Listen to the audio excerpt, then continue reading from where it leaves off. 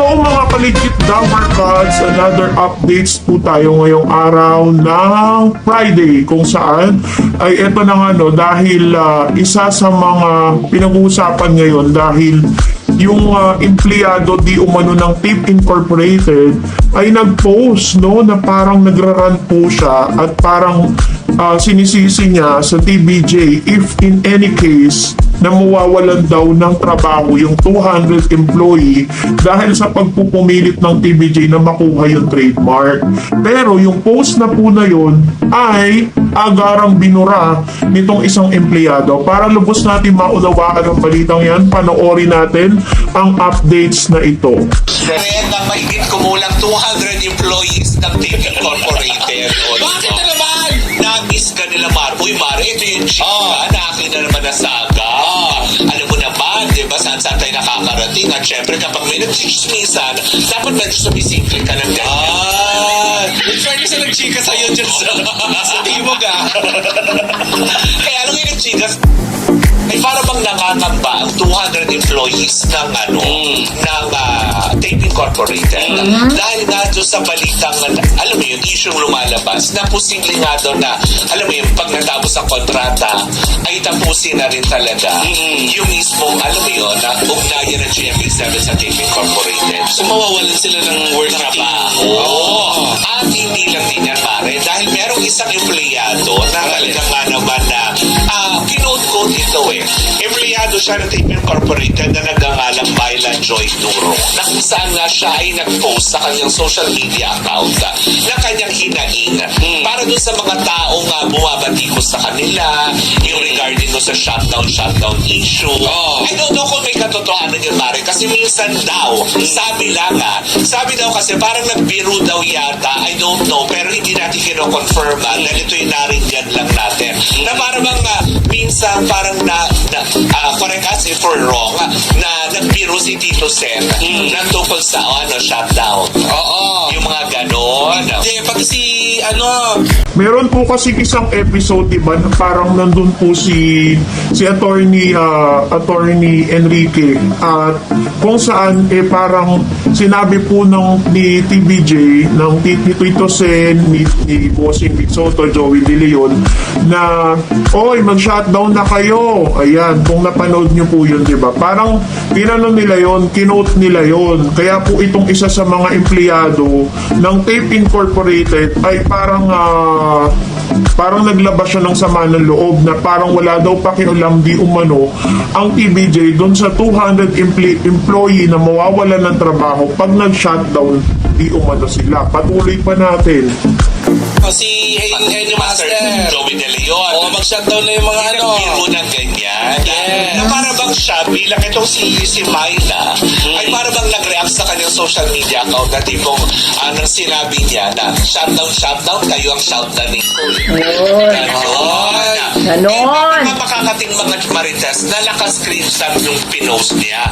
Kasi parang after ilang hours, siguro pinatawag din at napansin din mismo ng management ay biglang i-denown yung post na ito. Diba? Sa kanyang social media. Ang mga marites, pag social media, sinasabi, laging screenshot agad yan. Ngayon, pinagtutumpukan na ito na sabi nga ng ilan, syempre, nandun na din daw yung simpatya ng tao na oo nga naman, 200 katao yun. Kasi kanyang parang dinahilan doon, hindi na mag-shutdown kami. Yung sa 200 katao na yan, may pamilyang pinakakain. Yung iba dyan, may mga sakit na, alam mo yun, nagme-maintenance. Yung iba dyan, may mga pinag-aaral. So yun yung kanyang hinaing na naiintindihan natin. Kaya lang itong empleyado na ito ay para bang itinutok niya yung kanyang hinaing sa TBJ na para bang sinisisi nila. Kaya medyo parang sabi ng ilan na tipong hindi naman kayo apektado doon sa gulo. Kaya na-mention ang Itbulaga or tahanang pinakamasaya na ngayon or ang TIP Incorporated dahil nga sa nangyaring gulo sa pagitan nila. Parang sinasabi ng ilan, hindi naman sana kayo din maiipit sa gulo na ito kung alam mo yun, kasi sa loob ng 44 years, na yung tatay na halusos ang nagmamanage. Ay, wala Okay namang naman. nangyaring Tama, di ba? Alam mo, gusto ko tong Energy FM, lalo kapag may mga issue na pinag-uusapan, napaka-accurate. Nung sinabi niya na nung for 44 years, nung tatay pa nila yung nagmamanage ng Itbulaga, wala naman naging problema. Pero nung umentor na nga po yung Haluso siblings, doon na po nagkaroon ng problema ang PBJ. At syempre, nais din linawin, di ba, na parang hindi naman po gusto ng TVJ, kahit sino naman, na mawalan sila ng trabaho. Kumbaga, ano nila yung choice nila yun eh. Nung nag-exodus na ang TVJ dito po sa TV5, nagpaiwan sila. So, choice po nila yun, di ba? At syempre, hindi po nila pwedeng isisi yun sa TVJ dahil ang talagang nangangarag ngayon, no?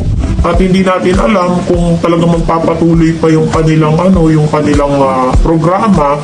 Itong Haluso siblings, sila naman po talaga yung talagang nagpupumilit na silang Itbulaga, di ba, pinaglaban pa nila sa korte. Ngayon nagyantay pa sila ng 15 days para po para iapela, di ba? So pagpatuloy pa natin.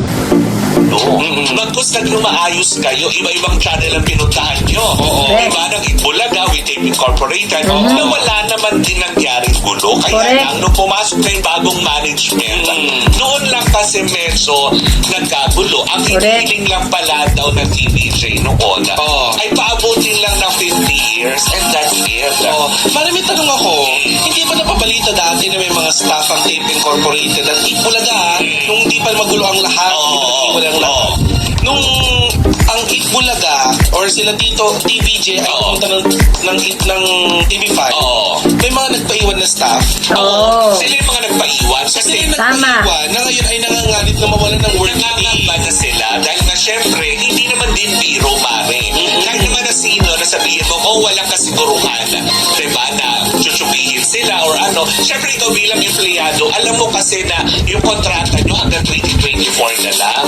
So wala rin konfirmasyon kung itutuloy ba ito ng GMA7 with you, yung black time. Syempre ako, kahit naman ako bilang empleyado, matatakot ako. Kakabahan. Paano yun? Parang araw-araw papasok ako. Kaya rin siguro naiintindihan ko dito si Myla, bakit siya nakapag-post ng gano'n, na bilang empleyado, matatakot ka na everyday, hindi ka na rin makakapag-focus kasi everyday, iisipin mo, Kung may trabaho pa ba sila. Alam mo, Mari, kailan kaya kung ako yung nasa nila Myla, dun sa empleyado ngayon ng Tape Incorporated, naramdaman nyo na yan eh. Diba? Nung binibilangan kayo ng Tape Incorporated, kung hanggang kailan lang kayo, kung kailan kayo e-ere. Diba? Kung choice nyo man na magpaiwan dyan, choice nyo yan. Well, sa bagay, kasi hindi mo rin naman masisisi, Mare. Sa aspeto na gano'n, kasi nga, paglipat ng TVJ sa TV5, syempre ako, kung empleyado man ako dati ng tape, pwede akong sumama, kaya lang nandun yung pagsugal mo eh. Paano kung hindi magtuloy-tuloy yung arrangement with TV5? Isa lang talaga yung dulo niyan. Yung mga empleyado na nagpaiwan, hindi po sila nagtiwala sa TVJ. Mas pinili nila yung tape kasi alam nila na ito, ang akala nila tuloy-tuloy. Pero dahil nga, ito nga nangyayari nga yung ganito, tapos matatapos na po yung kontrata ng Tape Incorporated dito po sa GMA, yun po ang pinakabahan po nila. So, kayo po, ano po ang saloobin ninyo patungkol sa bagay na ito? Tama ba nasisihin ng 200 employee na ito ang TVJ? Kung sakaling mawawalan sila ng trabaho, i-comment nyo na po yan sa ating comment section.